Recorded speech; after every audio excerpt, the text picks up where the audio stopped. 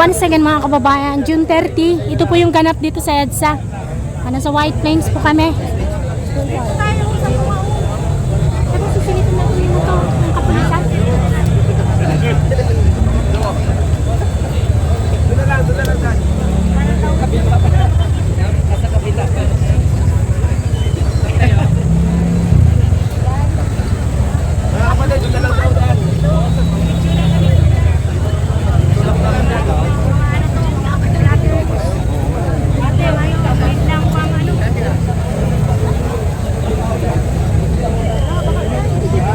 Kailangan makunan natin yung history ng Pilipinas.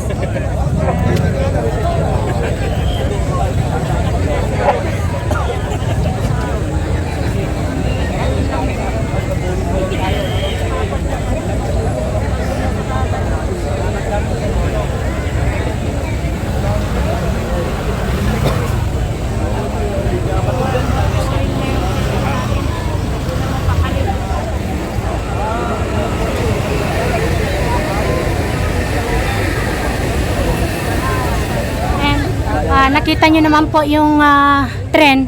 Nasa EDSA tayo, kalsada mismo mga kapatid.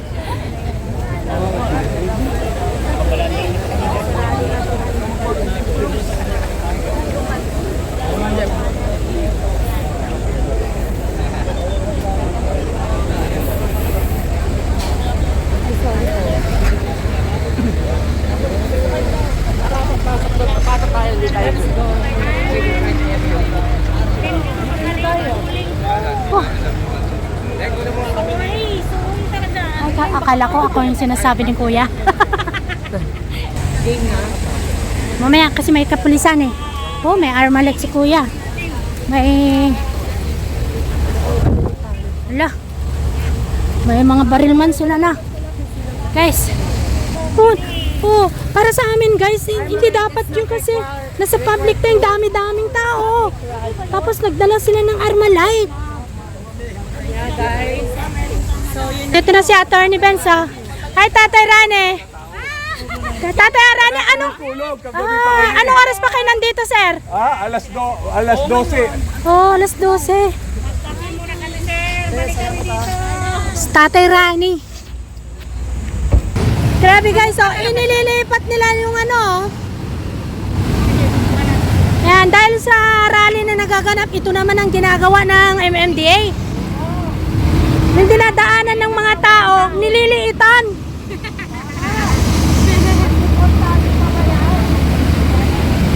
Ano?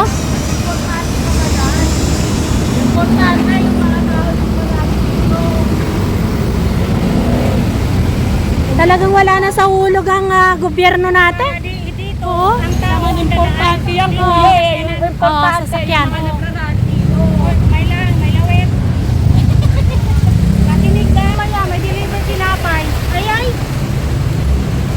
Doon sa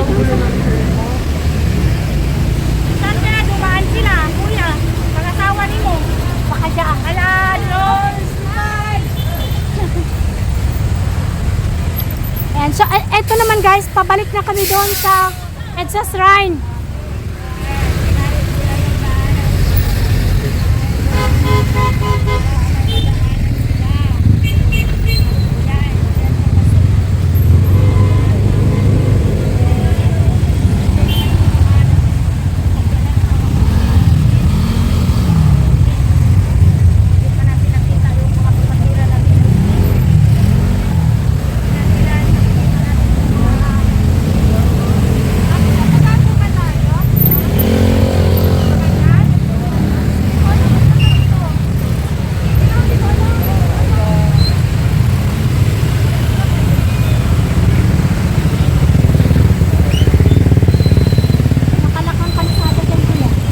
Kabila yung magkabilaan kasi meron pa sa kabilang tao doon.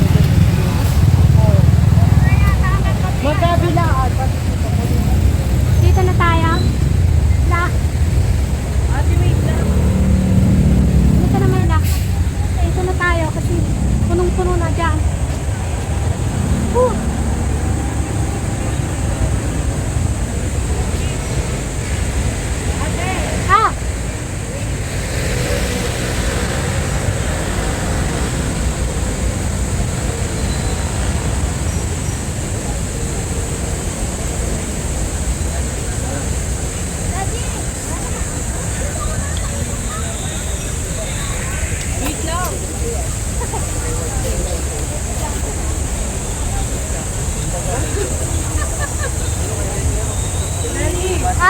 ako. Hi guys!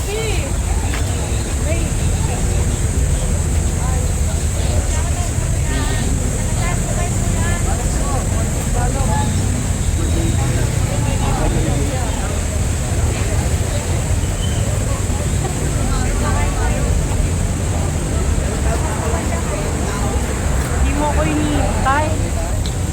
Oh, Lahat kasi ng dito natin. oh, dapat lang.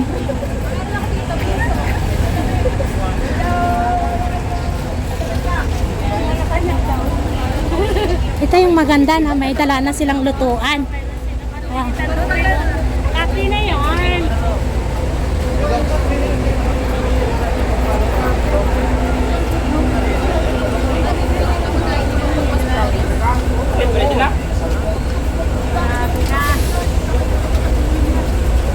Ayan. Yung iniwanan natin doon, nasiksikan yung mga tao. Ang mga tao na ito, papunta din po doon mga kapatid.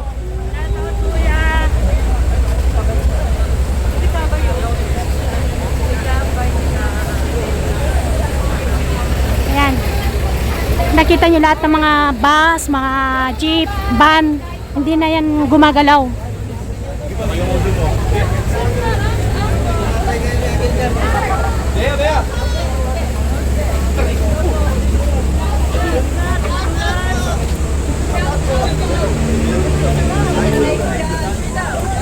Sila Kuya Mike, wala.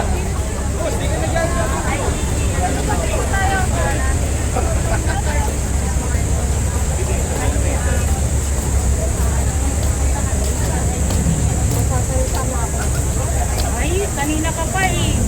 Dalaga lang ko na. Dalaga lang ba? Sige, go!